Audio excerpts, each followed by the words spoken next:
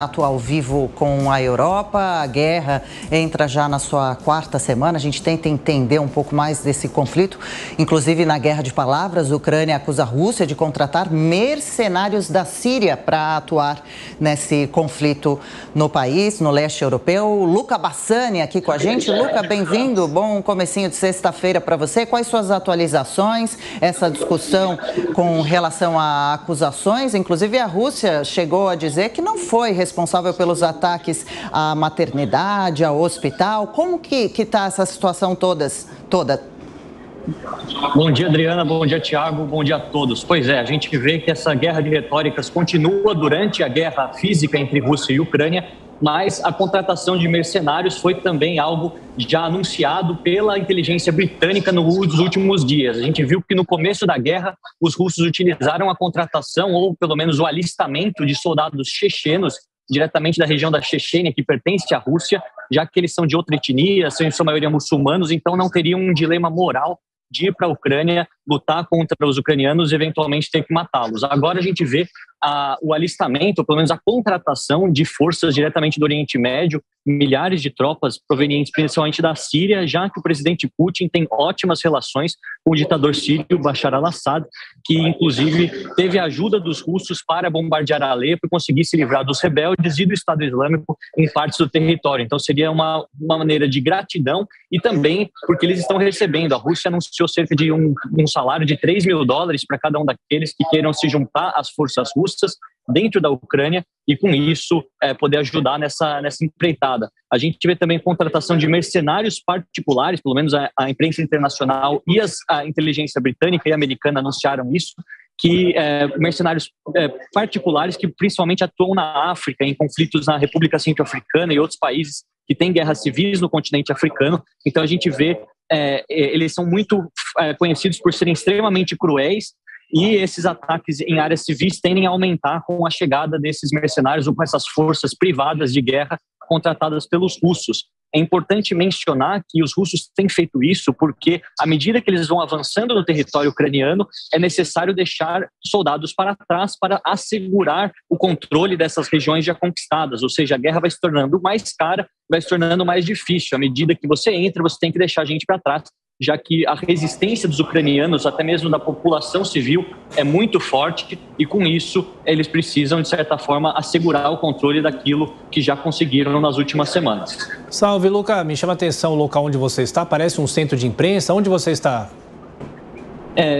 Na verdade, eu estou cobrindo a Fórmula 1 nos últimos 3 dias. Eu estou no Bahrein, apenas por 3 dias. Segunda-feira volto para a Europa, para a Polônia, para a Alemanha, para cobrir a guerra de lá, mas era realmente algo inadiável. E aqui a gente também escuta todas as repercussões da guerra, principalmente nos países do Oriente Médio. Muitos líderes europeus têm vindo aqui. Boris Johnson esteve na Arábia Saudita e nos Emirados Árabes Unidos anteontem para negociar preços de petróleo. O presidente Biden também ligou para o rei saudita e para os sheiks do Emirados Árabes para tentar negociar também novas importações, né, já que os preços estão altíssimos. Além do próprio chanceler alemão, esteve na Jordânia, encontrando com o rei da Jordânia nos últimos dias.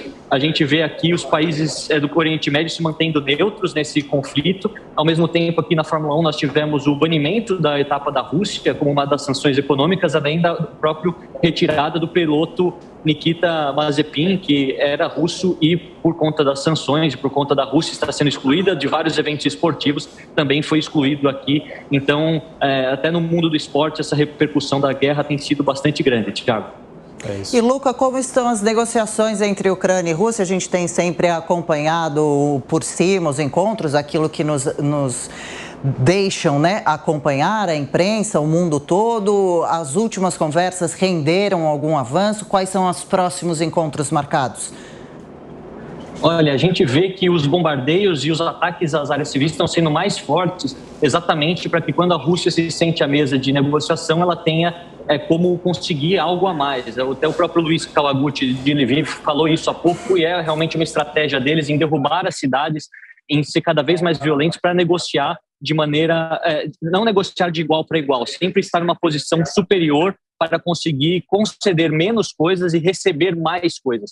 Ao mesmo tempo, a gente vê que nos bastidores, os países que não estão diretamente envolvidos estão também conversando. Hoje, aguarda-se ansiosamente um telefonema que o presidente Biden dará ao presidente Xi Jinping da China, exatamente para endereçar essa questão da guerra na Ucrânia e do possível ajuda chinesa, aos russos, que até agora tem sido bastante leve. Os chineses têm tomado bastante cuidado, até faz parte do próprio pragmatismo chinês na sua diplomacia, e vendo as sanções fortes aplicadas pelo Ocidente em cima da Rússia, tem medo que, por tabela, também sejam atingidos. Por isso que é muito importante ver qual é o posicionamento da China, porque qualquer um dos lados isso pode mudar o caminho da guerra.